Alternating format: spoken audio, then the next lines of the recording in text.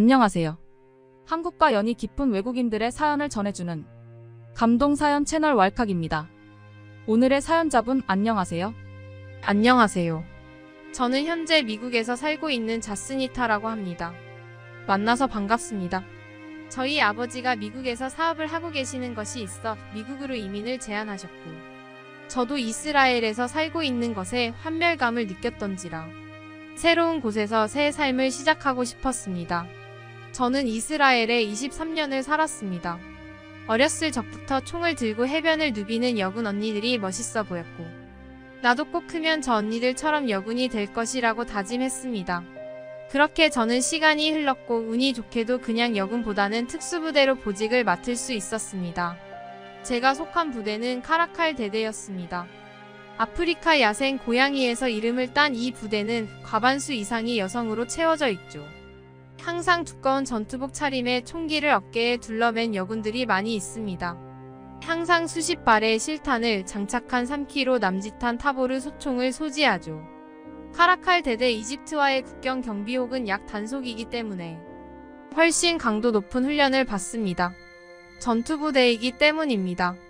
그리고 IS가 제일 무서워하는 부대라고 할 수 있습니다. 여성의 손에 죽으면 천국에 가지 못한다고 믿는 IS인지라 카라칼 부대와의 교전 자체를 꺼려할 수밖에 없기 때문이죠. 저는 항상 이 부대에 속한 제 자신이 자랑스러웠습니다. 물론 아버지는 저를 굉장히 걱정 많이 하셨습니다. 가족이라고는 저 딸 하나밖에 없는데 이렇게 위험한 일을 나서서 한다는 것 자체예요. 사실 저는 어머니와 언니를 동시에 잃었습니다. 교통사고로 인해 한날 한시에 세상과 이별을 한 어머니와 언니. 저는 그들을 평생 잊을 수는 없을 겁니다. 하지만 저마저도 그 일에 빠져 힘들어하면 아버지는 더더욱 절망 속으로 들어갈 것 같았기에 저는 애써 아무렇지 않은 척 할 수밖에 없었습니다. 그리고 저는 군인이 되어서 꼭 늙은 아버지를 보호해주고 싶었습니다. 그렇게 저는 의무 복무가 끝나갈 때쯤 아버지에게 연락을 한 통 받았습니다. 저는 의무 복무가 끝나도 계속 군대에 남을 생각이었는데 꽤나 당혹스러운 편지였죠. 아버지는 사업차 미국으로 가야 하는데 같이 가자는 겁니다. 저는 평생 이 한몸 조국의 영예를 위해 바치려고 했는데 좀 놀랐죠. 아버지는 계속해서 저에게 제안을 하셨고 저는 아버지를 버릴 수 없었습니다. 그래서 군대를 포기하고 결국은 아버지를 따라 미국으로 향했죠. 미국으로 가는 대신 아버지는 제가 하고 싶은 모든 일을 지원해 준다고 하셨습니다. 저는 우선은 언어를 배워보겠다고 하고 어학원 같은 곳을 다니며 공부를 시작했습니다. 그렇게 3년 정도 미국에서의 삶은 속절없이 흘러갔습니다. 아버지는 저에게 한날 머뭇거리며 따라 소개시켜줄 사람이 있어라고 하는 겁니다. 저는 예상했습니다. 아버지가 만나고 있는 사람이 있다는 것을요. 저는 언제나 대환영이었습니다. 아버지는 사별 후 늘 혼자셨거든요.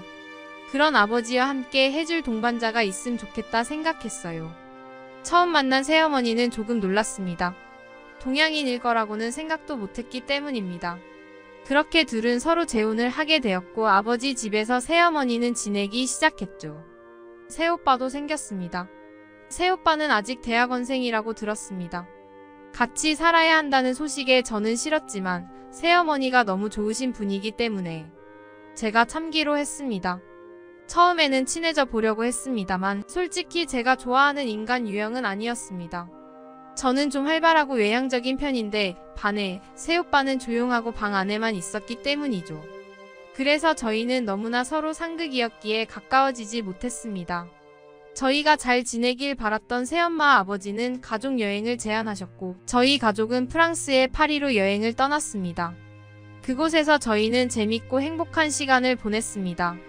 그렇게 하루는 자유시간을 가지기로 했는데요. 저는 가보고 싶었던 박물관을 가려고 했습니다. 부모님은 다른 맛집을 가보고 싶다고 하셔서 저는 혼자 갈 채비를 했습니다. 그러자 새 오빠가 자신도 가고 싶었던 박물관이라며 같이 갈 것을 제안했고 저는 웬일이지 이 인간이 싶어서 흔쾌히 수락을 했습니다. 그렇게 즐겁게 관람을 하면서 오빠에 대해 새로운 면도 많이 보게 되었습니다. 방 안에만 박힌 히키코모리라 생각했던 오빠는 진중한 면도 많고 제 고민을 누구보다 열심히 들어주었으며 다정한 면이 많은 사람이라는 것을요. 저는 새로운 면을 발견하고 즐겁게 숙소로 발걸음을 옮겼습니다. 버스를 기다리던 중 오빠에게 빵 한 덩이가 날아왔습니다. 저는 어리둥절해했고 보니까 버스 정류장에 있던 프랑스의 10대 무리 같아 보였어요. 저는 딱 봐도 무슨 말 할지 아니까 못 들은 척 관심 없는 척 했습니다. 10대지만 자신들보다 덩치가 작은 새 오빠를 향한 것이었습니다. 오빠의 표정을 보니 좋지 않아서 저는 한 번만 더 하면 한 소리를 해야겠다 싶었습니다. 그런데 또 빵이 퍽 하고 날아왔죠. 저는 일어섰고 그 순간 오빠가 제 손을 잡았습니다. 그러면서 고개를 절레절레 돌리더라고요. 저보고 참으라는 뜻인 줄 알았고 저는 오빠에게 낮게 말했습니다. 오빠 새엄마한테 말 못 들었어? 나 군인 출신이야. 기다려봐. 라고요. 그러자 오빠는 저에게 아니야 가만 있어라고 했습니다. 저는 당사자인 오빠가 참으라고 하니 화가 나지만 가만히 있었습니다. 싸움 같은 것을 싫어하는 오빠가 다른 사람들의 주목을 받는 건 더 싫어하겠지요. 그리고 저희 남매가 가만히 있는 것을 보자 더 만만해졌는지 그 아이들은 저희 가까이로 다가와 뭐라고 하는지는 모르겠지만 조롱을 했습니다. 그리고 그 아이들은 관심 없는 저희에게 최후의 수단으로 자신들이 먹던 콜라를 흔들어 뿌렸죠. 저도 더 이상 참을 수는 없었습니다. 그런데 제가 일어나는 순간 저보다도 더 빨리 일어나 그들에게 날아간 오빠를 보았습니다. 오빠는 그들은 단숨에 제압했고 콜라를 빼앗아 그들의 머리 위에 뿌려버렸습니다. 그리고 바닥에 떨어진 빵 조각을 오빠는 주워와서 그 학생들 입에 넣어줬습니다. 큰 소란이 일어났고 경찰들이 다가왔죠. 그리고 경찰들이 오빠를 제압하다 주변 시민들이 저 학생들이 먼저 시비를 걸었고 차별적인 발언을 마구 했다라고 증언해 주었습니다. 그러자 그 학생들도 머쓱해했고 그 경찰은 저희에게 어떻게 하실지 물었습니다. 저희는 우선 이 상황을 마무리하고 싶다고 했고 경찰은 연락 언제든 하라고 하며 갔죠. 그리고 오빠에게 물었습니다. 아니 오빠한테 그런 면이 있는 줄은 몰랐네. 라고요. 오빠는 한국인에겐 3번은 참자라는 말이 있어 라고요. 생각해보니 오빠는 3번까지 카운트하고 있었던 것이었습니다. 그리고는 바로 행동으로 보여준 것이었죠. 저는 새롭게 알게 된 모습에 감명을 받았습니다. 그 학생들은 어떻게 했냐고요? 저는 당장 본때를 보여주자고 했지만 오빠는 싱긋 웃으며 여행 온 거 여행을 즐기자고 하더군요. 경찰과 연락을 하면서 가족끼리 온 행복한 여행 시간을 망치고 싶지 않다고요. 정말 어른스럽다고 생각했습니다. 그렇게 저희는 각자만의 속도와 온도로 잘 지내고 있습니다.